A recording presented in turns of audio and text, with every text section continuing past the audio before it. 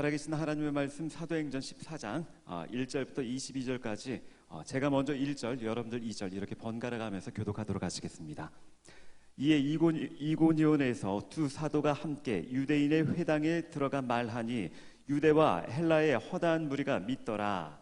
그러나 순종하지 아니하는 유대인들이 이방인들의 마음을 선동하여 형제들에게 악감을 품게 하거늘 두 사도가 오래 있어 주를 힘입어 담대히 말하니 주께서 그들의 손으로 표적과 기사를 행하게 하여 주사 자기 은혜의 말씀을 증언하시니 그 시내의 무리가 나뉘어 유대인을 따르는 자도 있고 두 사도를 따르는 자도 있는지라. 이방인과 유대인과 그 관리들이 두 사도를 모욕하여 돌로 치려고 달려드니 그들이 알고 도망하여 루가오니아의 두 성 루스드라와 더베와 그 근방으로 가서 거기서 복음을 전하니라. 루스드라에 발을 쓰지 못하는 한 사람이 앉아 있는데 나면서 걷지 못하게 되어 걸어 본 적이 없는지라. 바울이 말하는 것을 듣거늘 바울이 주목하여 구원받을 만한 믿음이 그에게 있는 것을 보고 큰 소리로 이르되 내 발로 바로 일어서라 하니 그 사람이 일어나 걷는지라. 무리가 바울이 한 일을 보고 루가오니아 방언으로 소리질러 이르되 신들이 사람의 형상으로 우리 가운데 내려오셨다 하여 바나바는 제우스라 하고 바울은 그 중에 말하는 자이므로 헤르메스라 하더라. 시외 제우스 신당의 제사장이 소와 화환들을 가지고 대문 앞에 와서 무리와 함께 제사하고자 하니 두 사도 바나바와 바울이 듣고 옷을 찢고 무리 가운데 뛰어 들어가서 소리질러 이르되 여러분이여 어찌하여 이런 일을 하느냐. 우리도 여러분과 같은 성정을 가진 사람이라. 여러분에게 복음을 전하는 것은 이런 헛된 일을 버리고 천지와 바다와 그 가운데 만물을 지으시고 살아계신 하나님께로 돌아오게 함이라. 하나님이 지나간 세대에는 모든 민족으로 자기들의 길을 가게 방임하셨으나 그러나 자기를 증언하지 아니하신 것이 아니니 곧 여러분에게 하늘로부터 비를 내리시며 결실기를 주시는 선한 일을 하사 음식과 기름으로 여러분의 마음에 만족하게 하셨느니라 하고 이렇게 말하여 자기들에게 제사를 못하게 하니라.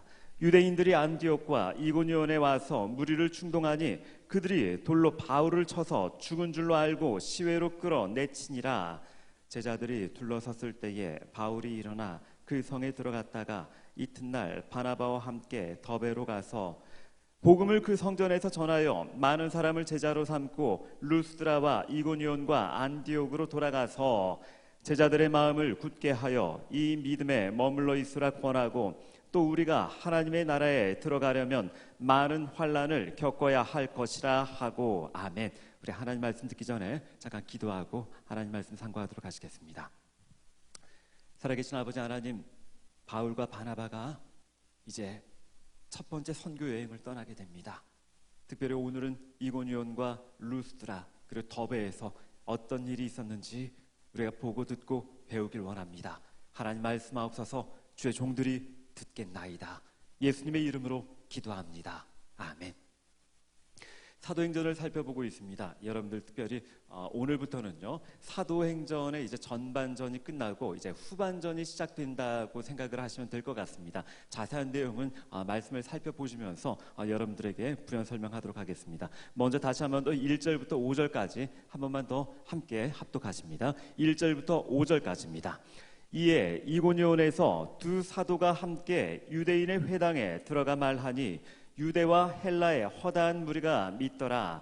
그러나 순종하지 아니하는 유대인들이 이방인들의 마음을 선동하여 형제들에게 악감을 품게 하거늘 두 사도가 오래 있어 주를 힘입어 담대히 말하니 주께서 그들의 손으로 표적과 기사를 행하게 하여 주사 자기 은혜의 말씀을 증언하시니 그 시내의 무리가 나뉘어 유대인을 따르는 자도 있고 두 사도를 따르는 자도 있는지라. 이방인과 유대인과 그 관리들이 두 사도를 모욕하여 돌로 치려고 달려드니 아멘. 사건의 내용은 이렇습니다. 이제 바울과 바나바가 안디옥 교회에서 파송을 받고요. 나중에 구브로로 갔다가 다시 비두니아로 갔다가 이고니온에 도착합니다. 여기서 이제 주의 일을 하는데 유대인들이 회방합니다. 같은 동포들을 회방을 해요. 그리고 나중에 돌로 치려고 하고 나중에 그런 상황까지 이르게 됩니다.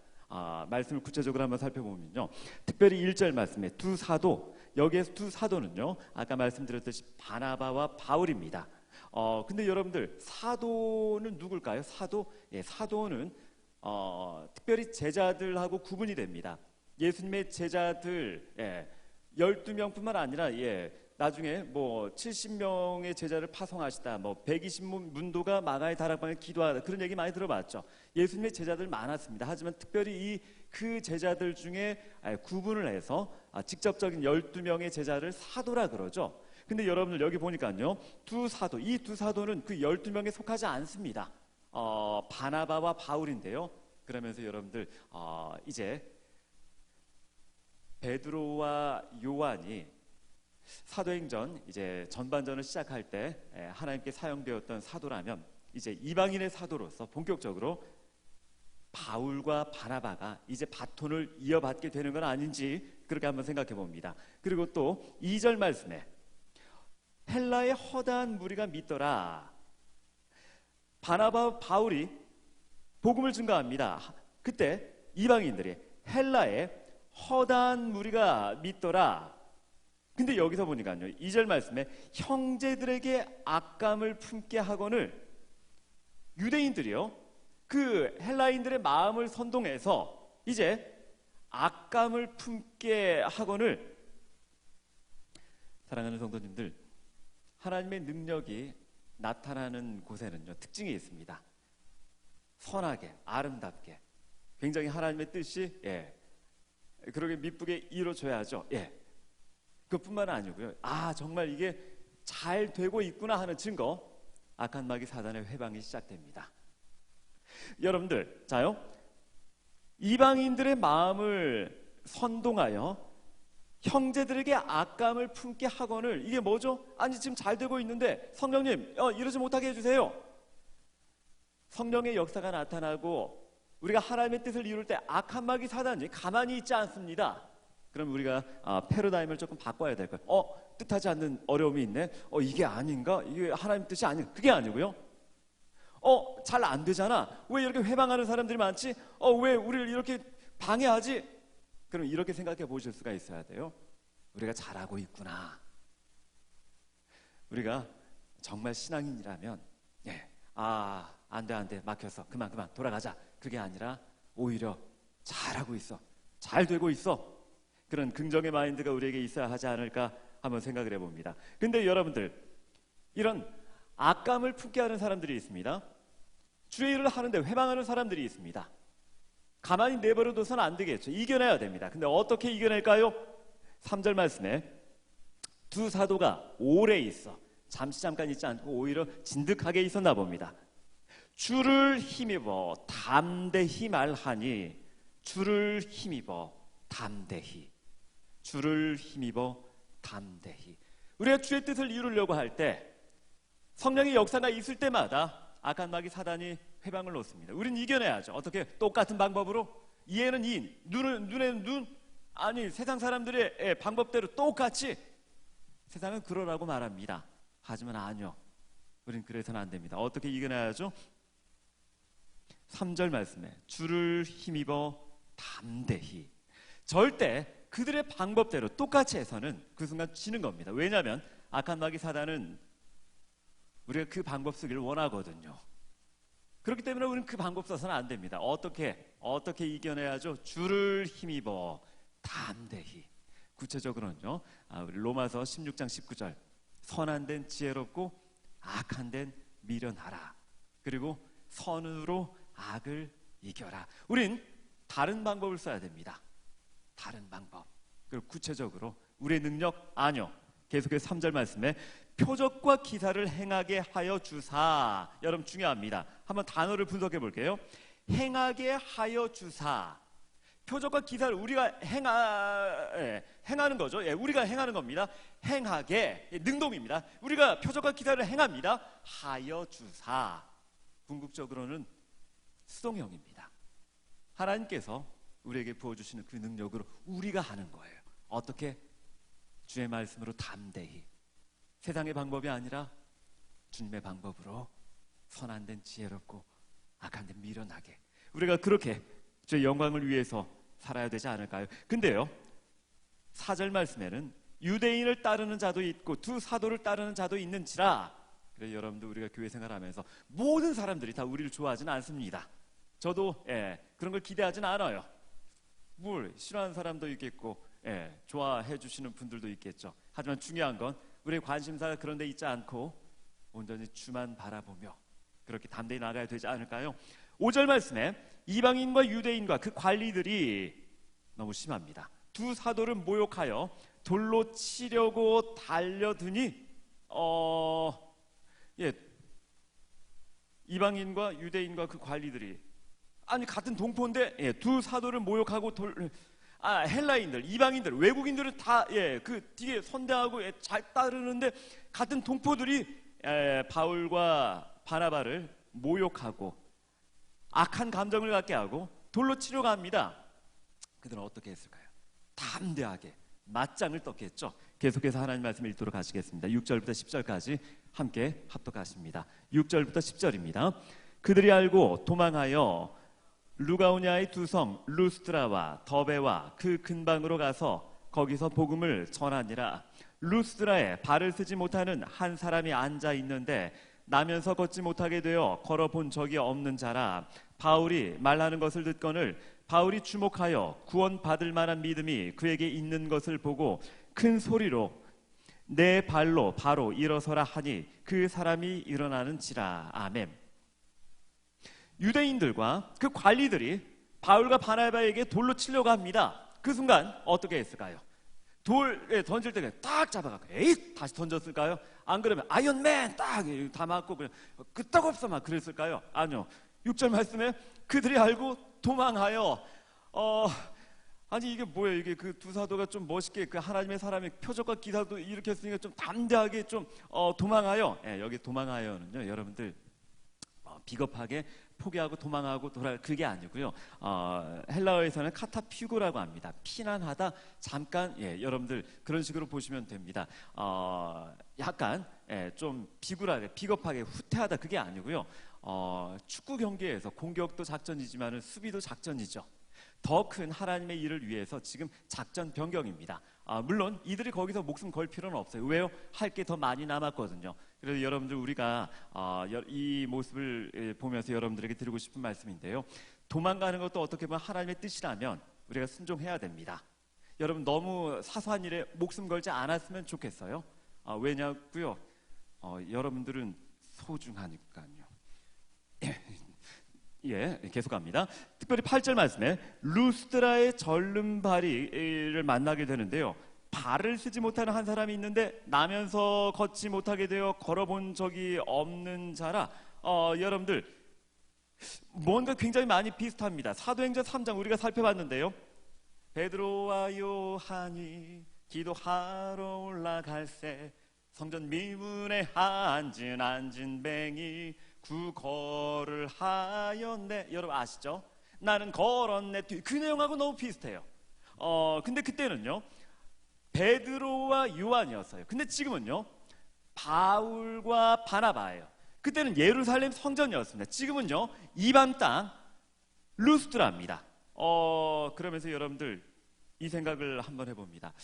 사도행전의 전반전의 시작은 요한과 베드로가 성전에 들어가면서 그 안진뱅이를 일으켰는데 혹시 이제 사도행전 후반전의 시작은 이제 바울과 바나바가 루스드라 성에 들어가면서 이 안진뱅이도 나면서부터 걷지 못했던 사람이거든요.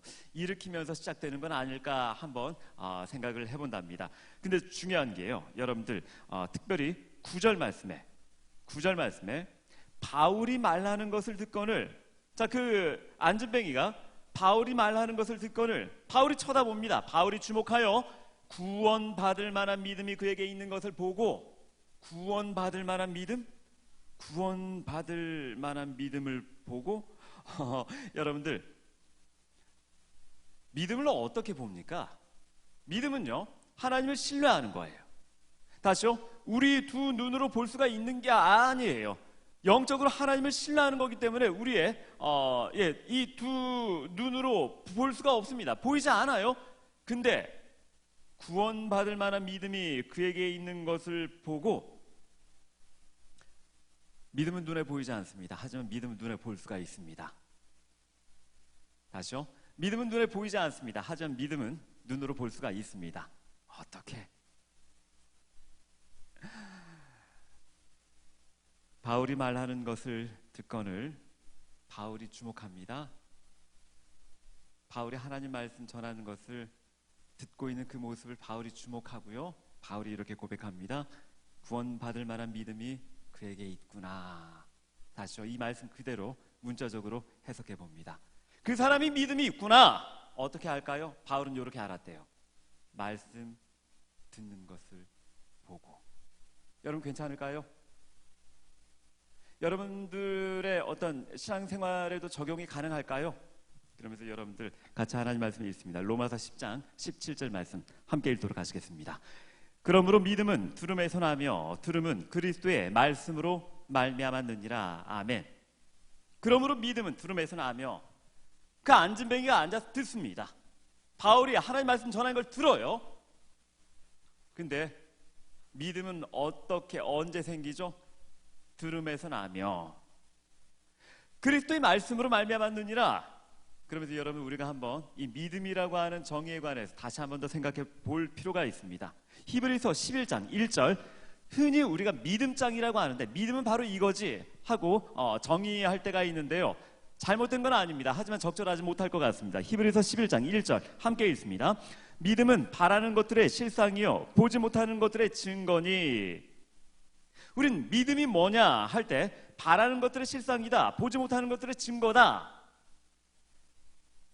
그래서 뭔 말인지 모를 때가 참 많아요. 이것은 믿음의 참된 정의가 아니라 믿음의 기능적인 그런 부분을 설명한 겁니다. 믿음으로 말미암아 우리가 하나님께서 이 세상을 지으신 걸 안다, 알 수 있다. 믿음은 바라는 것들의 실상이다, 보지 못하는 것들의 증거다.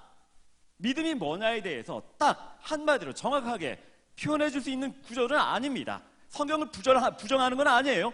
단지 믿음의 기능적인 측면을 서술했을 뿐 우리에게 어렵게 다가올 수가 있어요. 그럼 믿음이 뭘까요? 믿음이 뭐죠? 여러분 믿음이 뭐라고 생각합니까?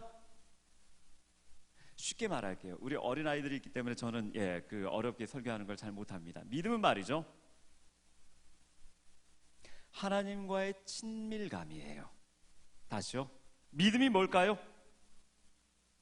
하나님과의 친밀감입니다. 여러분들이 얼마나 하나님과 친한가, 바로 그런 거예요. 한번 이렇게 한번 설명해 보겠습니다. 오늘 우리 슬찬 형제가 앞에서 기타를 치면서 찬양 인도를 했는데 우리 이제 차세대 이제 찬양 인도자가 될 것 같습니다. 근데 여러분 우리 슬찬 형제 팔뚝 보셨죠? 장난이 아니죠. 그 몸은 갸름한데 어떻게 이두근이 아무튼 장난이 아닙니다. 그러면서 나중에 예화를 이렇게 한번 들어봅니다. 우리 순원이가 저에게 와서 이렇게 말합니다. 목사님, 슬찬정이요 저한테 욕했어요. 욕했다고요. 순원아 그만해. 성호가 와서 이제 말합니다. 목사님, 슬찬정이 저 화장실로 데려가서 삥 뜯었어요. 저 2만 원 뺏어갔어요. 안 주면은 이 팔뚝으로 한 대 친다고 해가지고. 송아 그만해. 나중에 지훈이가 와서 이제 그러면 목사님, 슬찬정이 저 죽도록 뺐어요. 이거 보세요. 진짜 슬찬정이 그래. 그만해. 슬찬이는 그럴 애가 아니야. 난 슬찬이 믿어. 셋이 같이 말합니다. 목사님 못 봤잖아요. 그래 나 못 봤어. 못 봤으니까 믿는 거야. 왜 우리 편 안 들고 슬찬정하고 친하다고 슬찬정 편만 들고. 그쵸? 슬찬 형제는 나랑 친해요. 그래 난 슬찬 형제를 믿어요. 여러분 조금 이해되시나요? 믿음이라고 하는 건 하나님과의 친밀감을 의미합니다. 어떻게 더 설명을 해야 될지 조금만 다른 단어로 한번 더 표현을 해볼게요. 믿음이라고 하는 건요, 조폭 용어로 좀 설명하자면 의리입니다. 의리. 다시요. 난 절대 배반하지 않겠어. 그거예요. 난 그 사람을 믿어. 나는 주님을 믿지. 절대 배신할 수 없어. 의리. 다른 단어로 표현하게 되면 하나님과의 친밀감, 그리고 하나님에 대한 의리, 어찌 보면 이게 가장 정확한 표현은 아닌지 한번 생각해 봅니다. 여러분, 그렇다면요, 그 친밀감은 어떻게 생기죠? 그 친밀감은 어떻게 해야 생길까요? 함께 있어야겠죠. 함께 있을 때 여러분들, 우리 교회 새신자 우리 새 가족이 옵니다. 함께 있으면 친해지죠. 가만히 앉아 있고 또 가만히 앉아 있고 완전 뻘쭘해요. 뭘 말해야 될지 몰라요. 더 힘듭니다. 언제 친해지죠? 얘기 나눌 때, 말을 서로 할 때, 듣고 말할 때. 다시요, 믿음은 언제 생기죠? 주의 말씀을 들을 때. 믿음은 들음에서 나고, 또 언제? 우리도 말해야죠. 그게 뭐죠? 기도. 그래서 여러분들, 바울이 그 루스드라의 안진뱅이가 자기 하나님 말씀 전하는 걸 듣는 걸 보고요, 믿음이 있구나, 그렇게 한눈에 보고 말합니다.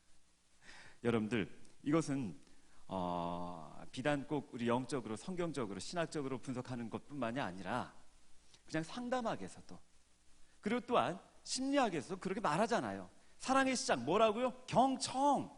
여러분 많이 들어봤잖아요. 그래서 여러분들, 제가 설교를 하는데 이 앞에 서면 다 보입니다. 누가 가장 잘 듣는지 정말 다 보여요. 참 신기해요. 그리고 여러분들, 그런 분들께 너무 고마워요. 질문할 때 대답해 주시고요, 그리고 웃기려고 이 말을 들으면 깔깔깔 웃어주시고, 그냥 고개 숙이고 그냥 자신이 그냥 묵상하고 큐티하시는 분들은 별로 그렇게 눈에 안 띕니다. 하지만 멀리 있더라도 이게 다 보여요. 이 말씀을 잘 듣는 게, 하나님은 어떨까요? 하물며 장 목사도 그런데 하나님은 어떨까요? 그런 사람에게 은혜를 더 주시지 않을까요? 여러분들에게 돌려서 말씀드렸습니다. 믿음, 눈에 보이지 않습니다. 영적으로 하나님을 신뢰하는 거니까요. 하지만 믿음, 눈에 보일 수 있습니다. 어떻게? 말씀을 듣는 자세를 보면은요. 그래서 여러분들, 가끔은 하나님도 그러실 것 같아요. 제가 잘 듣는구나, 그 사람에게 더 은혜 주지 아니하실까요? 여러분들, 바울이 그 안진뱅이에게 말합니다. 믿음이 있는 것을 보고 내 발로 일어서라. 내 발이 아니고요, 너의 발로 일어서라. 너무나도 단순합니다. 그 사람이 일어나 걷는지라. 뭐 때문에? 바울 때문에? 아니요, 믿음. 그 믿음이 뭐죠?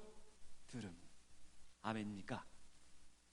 그래, 하나님 말씀을 그렇게 집중해서, 그리고 즐겨 듣는 저와 여러분들이 되었으면 좋겠습니다. 우리 계속해서 하나님 말씀, 사도행전 14장 11절부터 13절까지 함께 읽도록 하실까요? 하나님의 말씀 14장 11절부터 13절까지 함께 읽습니다.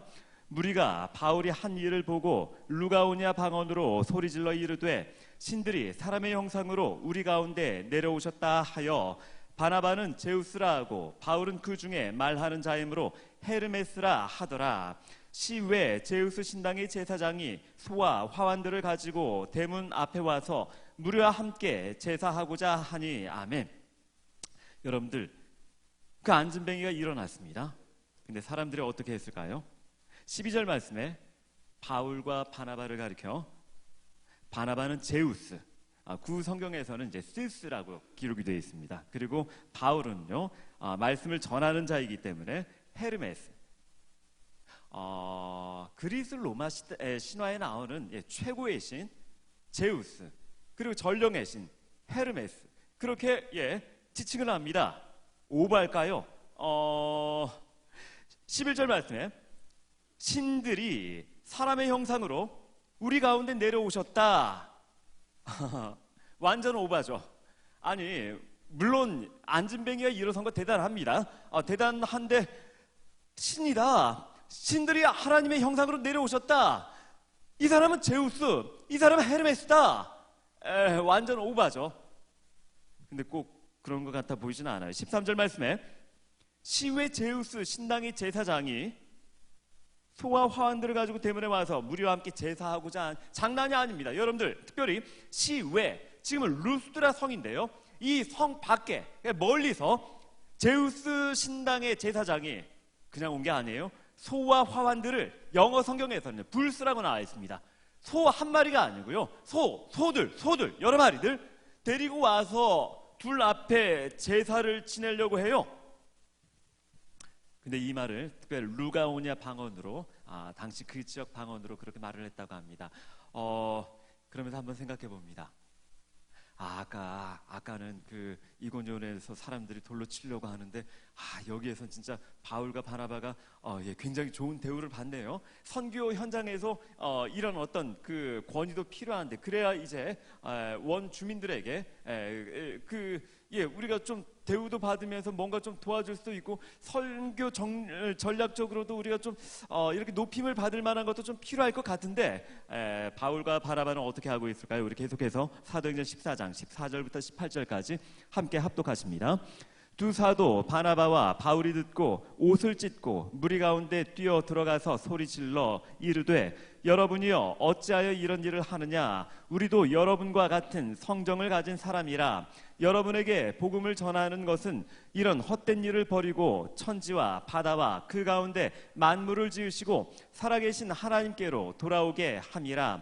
하나님이 지나간 세대에는 모든 민족으로 자기들의 길을 가게 방임하셨으나 그러나 자기를 증언하지 아니하신 것이 아니니 곧 여러분에게 하늘로부터 비를 내리시며 결실기를 주시는 선한 일을 하사 음식과 기쁨으로 여러분의 마음에 만족하게 하셨느니라 하고 이렇게 말하여 겨우 무리를 말려 자기들에게 제사를 못하게 하니라. 아멘. 여러분들 그 가운데에 이 사람은 제우스다, 이 사람은 헤르메스다, 우리 제사하자 소와 화환들을 갖고 옵니다. 그 가운데 14절 말씀을 보니까요, 바울과 바나바가 옷을 찢고 소리를 지르면서 여러분들 이게 뭡니까? 그러고 있습니다. 옷을 찢고 당시 유대인들에게는 옷을 찢고 머리에 재를 뿌리고 가장 애통해할 때 하는 표현인데요.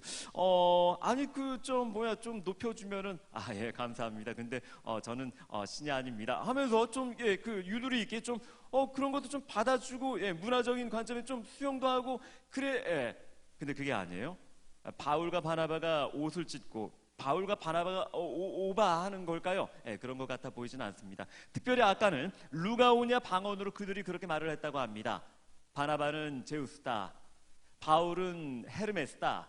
그래서 그들이 처음에 알아듣지 못하다가 이제 제사하려고 하는 것을 보고 깜짝 놀라서 이렇게 옷을 찢으면서 그렇게 소리 지르면서 그렇게 했었던 것 같습니다. 특별히 15절 말씀에 이런 헛된 일을 버리고 하나님께로 돌아오게 하려 함이라.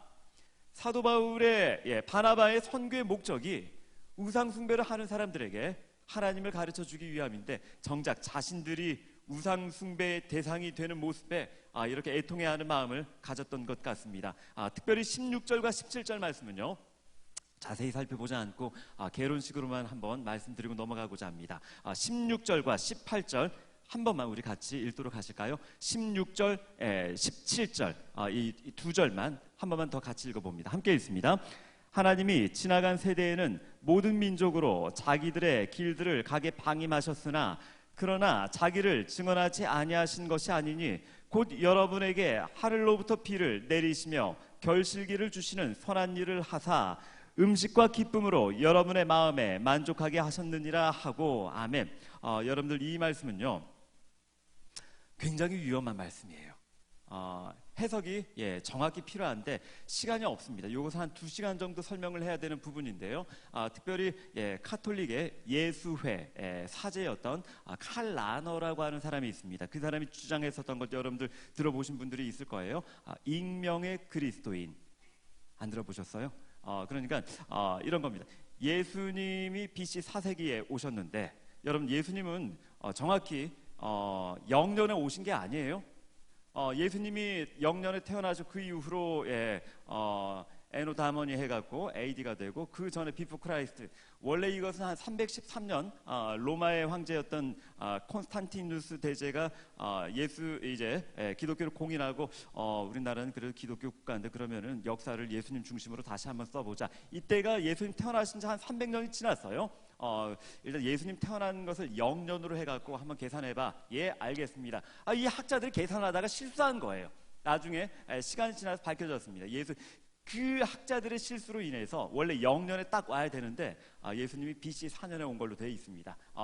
참고로 중요한 건 아니니까요. 기본적으로 알고 계시고요. BC 4세기 이전에 예수님 태어나시기 전에 예수님 몰랐던 사람들은 그러면 다 지옥 갔네. 아니야 그러지 않을 거야. 익명의 그리스도인 하나님께서 그래도 일반 은총 가운데에 은혜를 주셔서 그들로 믿게 하셨을 거야. 대한민국으로 따지면 이순신 장군, 세종대왕, 이분들은 되게 좋은 분이시잖아.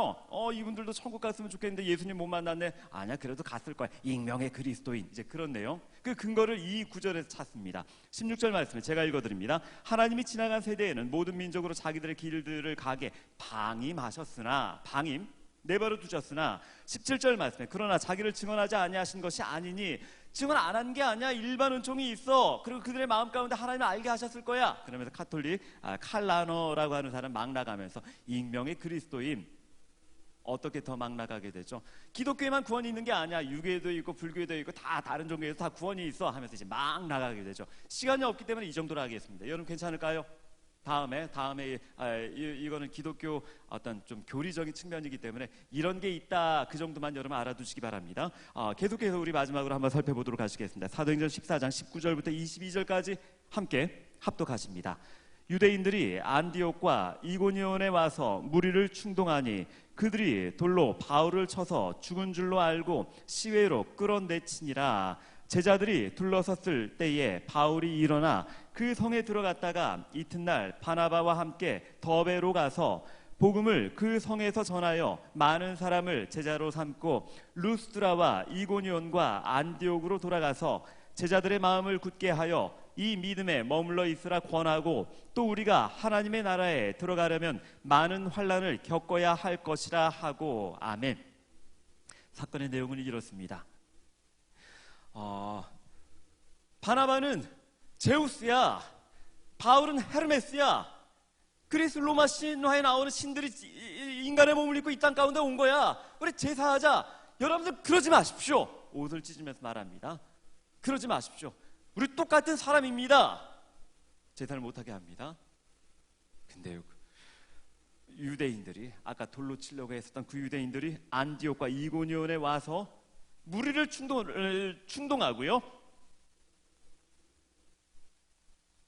바울에게 돌을 던지게 됩니다. 19절 말씀에. 근데 그게 얼마나 심했냐면, 바울이 돌에 맞고 죽었구나, 이 정도면 죽었다, 시외로 성 밖으로 끌어내치니라. 아까 6절처럼 도망가면 되죠. 피난하면 되죠. 하지만 굉장히 갑작스럽게 달려들었나 봅니다. 근데 이때 바나바는 어디 갔는지 모르겠어요. 혼자 있을 때 그랬나 봅니다. 그리고 죽은 줄로 알고 밖에 가서 던졌대요.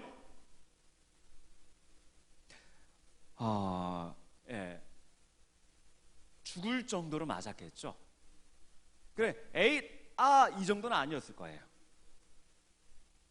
죽도록 돌로 던졌겠죠. 근데 20절 말씀이 좀 이상합니다. 20절 말씀에 제자들이 둘러섰을 때에, 아니 제자들이 바울 앞에 왔으면 좀 선생님 힘나세요 선생님 그래야죠. 그것도 아니고 둘러섰을 때에, 이건 더 이상합니다. 바울이 일어나 누가 일으켜 준 것도 아니고요. 제자들이 둘러섰을 때에 바울이 일어나, 아마 추정을 해봅니다. 이 제자들은 우리 선생님이 죽었구나, 이제 장례식을 치러드려야 되겠다 하는 그런 순간이 아니었는지 한번 생각해 보고요. 근데 그 순간 좀 이상합니다. 바울이 일어나, 나 좀 이렇게, 이것도 아니에요. 바울이 일어나, 아까 죽은 척 한 건가? 이게 아니 죽을 만큼 돌로 맞은 사람이 그냥 일어나면 어떡해요? 이게 그쵸? 이게 좀 이상합니다. 그리고 그 성에 들어갔다가, 아니 지금 루스드라에 돌 맞고 지금 밖으로 내쳐졌어요. 다시 도망가야죠. 왜 또 거길 들어가요?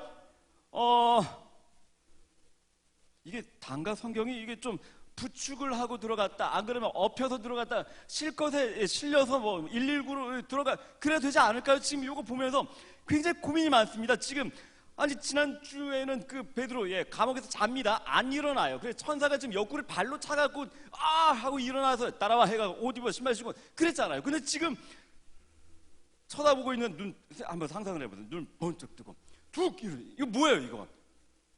사람이 죽었나 보다 하고 있는 갑자기 눈을 퍽 뜨고 훅 성경이 너무 단순하게 기록되어 있네요. 근데 여러분 지난 시간에 살펴봤지만은 마가라 하는 요한의 어머니의 집에 가서, 그렇죠? 사도행전이 그렇게 쉽게 쓰인 성경은 아닙니다. 그렇게 정확하게 쓰였던 책인데 부연 설명이 없다는 건 그랬다는 거예요. 제자들이 다 모여 있으니까 눈 뜨고 그리고 어떻게 해요? 부축 아뇨, 들것 아뇨, 엎혀서 아뇨. 그 성에 다시 들어가. 너무 담대합니다. 아프지 않았을까요? 살만했을까요? 이걸 어떻게 해석할까요? 하나님의 은혜로 밖에는 설명할 수가 없습니다. 그는 분명히 죽을 만큼 돌로 맞았고요. 사람들은 죽었구나, 바보가 아닌 이상 숨소리도 들어봤겠죠. 돌로 내칩니다. 성 밖으로 던져버립니다. 제자들도 죽은 줄 알았나 봐요. 근데 갑자기 일어나요. 그러면서 한번 생각해 봅니다. 사도 바울 선생님이 이때 일어날 땐 무슨 생각을 하셨을까? 이건 성경에 없는 겁니다. 하지만 성경을 묵상하면서 그렇게 추정해 봅니다. 아마도 그랬을 것 같습니다. 사도행전 7장에 내가 스데반에게 이랬지. 난 이렇게 죽으면 안 돼. 스데반이 못했던 건 내가 대신해야 되니까 인나자. 그러면서 일어나진 않았을까요?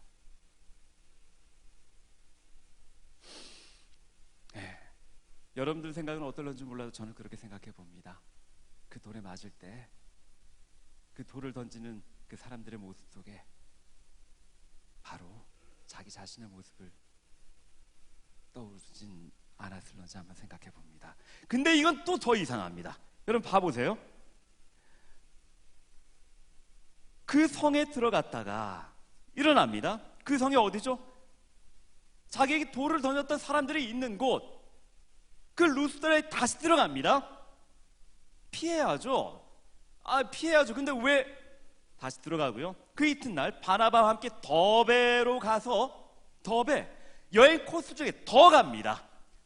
이제 돌아가도 돼요. 아니 이제 좀 작전 변경해서 좀 휴식 그래야죠.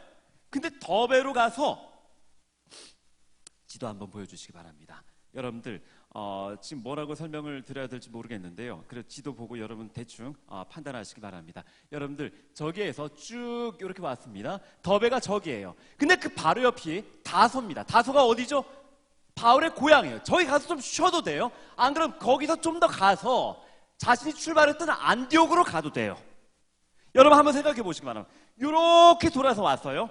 돌 맞고 죽는 줄 알았어요. 다시 고향 가서 쉬다가 다시 파송받은 교회로 가면 돼요. 다시 돌아가요. 이게 뭐죠?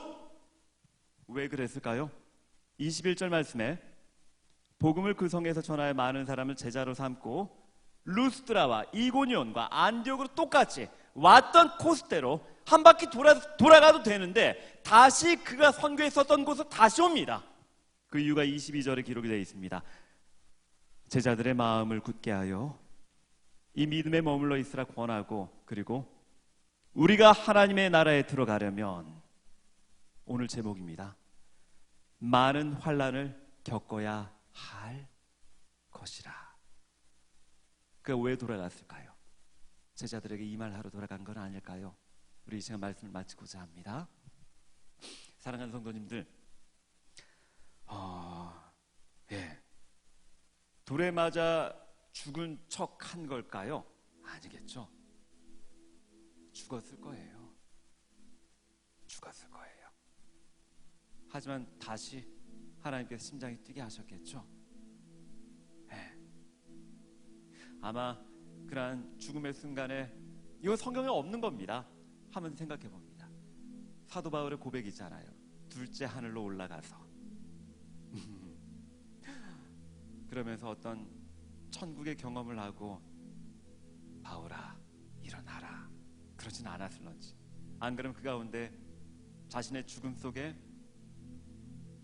스테반 선생님을 만나서 사울 힘내시오 그러진 않았는지. 영화 그런 거 많잖아요, 그쵸? 영화 속에 그런 거 많잖아요.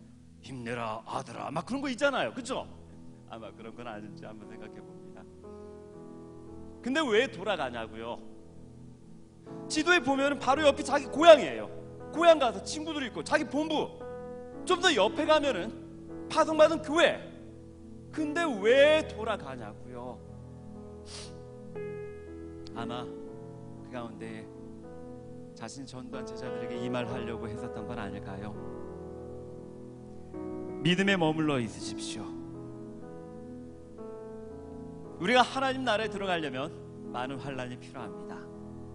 여기 다 까지고 째지고 피멍 들고, 몰골이 장난이 아니었을 거예요. 전 괜찮습니다. 주를 위해 핍박받는 것도 영광입니다. 믿음을 포기하지 마십시오. 그랬던 건 아닐까요? 특별히 다시 한번 더 루스드라로 돌아간 이유, 장 목사는 한번 생각해 봅니다. 이게 1차 전도 여행이거든요. 나중에 사도행전 16장에 2차 전도 여행을 떠납니다. 그 사도 바울은요, 특별히 이 루스드라로 다시 와서 한 사람을 데리고 갑니다. 루스드라 사람인데요, 하나님 말씀 우리 마지막으로 함께 읽습니다. 16장 1절입니다. 함께 읽습니다. 바울이 더베와 루스드라에도 이름에 거기 디모데라 하는 제자가 있으니. 루스드라에도 이름에 거기 디모데라 하는 제자가 있으니. 더베로 갔다가 집으로 가도 되고 교회로 가도 되는데 왜 다시 루스드라로? 거기 디모데가 있었대요. 혹시 그 디모데 만나러 간 건 아닐까요? 성경은 제자라고 말합니다. 이때 만나지 않았으면 언제 만났을까요? 디모데, 날 봐라. 믿음을 가져야 돼. 우리가 하나님 나라에 들어가려면 환란이 있을 거야. 하지만 우리 포기하지 말자. 훗날 그 디모데는요, 바울의 믿음의 아들이 됩니다. 바울 사도 선생님께서 쓰셨던 유서가 뭐죠? 디모데 후서. 디모데 후서. 내가 번제와 같이 부음이 되었노라. 디모데에게 편지를 쓰죠. 아마 그러한 제자들을 굳게 하려고 쉬어도 되는데, 이제 그만 안식년 가져도 되는데 끝까지 제자들을 위해서 가는 그 모습,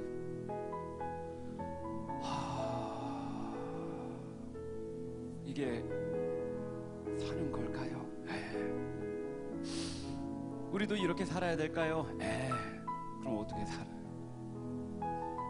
사랑하는 성도님들, 그래도 중요한 건요, 그런 환난 가운데에도, 어려움 가운데에도 하나님께서 우리에게 부어주시는 은혜가 더 큽니다. 아멘. 여러분 잘 아시잖아요. 아멘. 사도행전을 살펴보면서 당분간은 계속해서 기도할 때 이 찬양을 해야 될 것 같습니다. 찬양합니다. 아픔 많은 세상에 주의 복음 부르시 따라갑니다. 슬픔과 고통이 가득한 이 땅에 눈물을 닦아주려 어쩌면 내 삶을 전혀 돌볼 수 없을지 모르겠지만 나를 보내시고 무너진 그 땅에 내 생명 이 시간 믿음으로 고백합니다. 주님의 나라가 주님의 나라가 세워진 것이 나의 평생 소원. 주님의 교회가 이곳에 세워진. 그렇습니다. 마지막 호흡이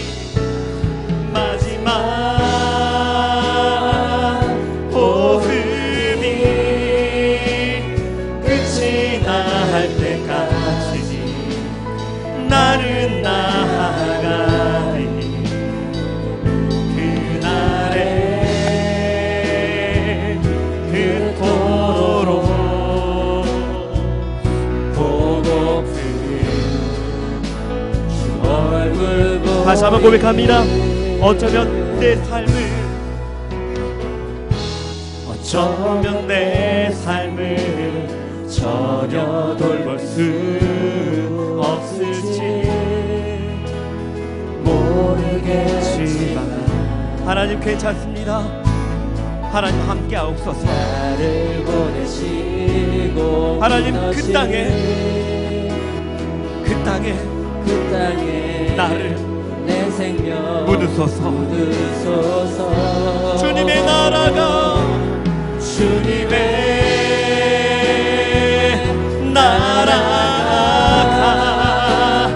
세워지는 것이 나의 평생 소원. 주님의 교회가 이곳에 주의 교회가 세워지길 원합니다. 마지막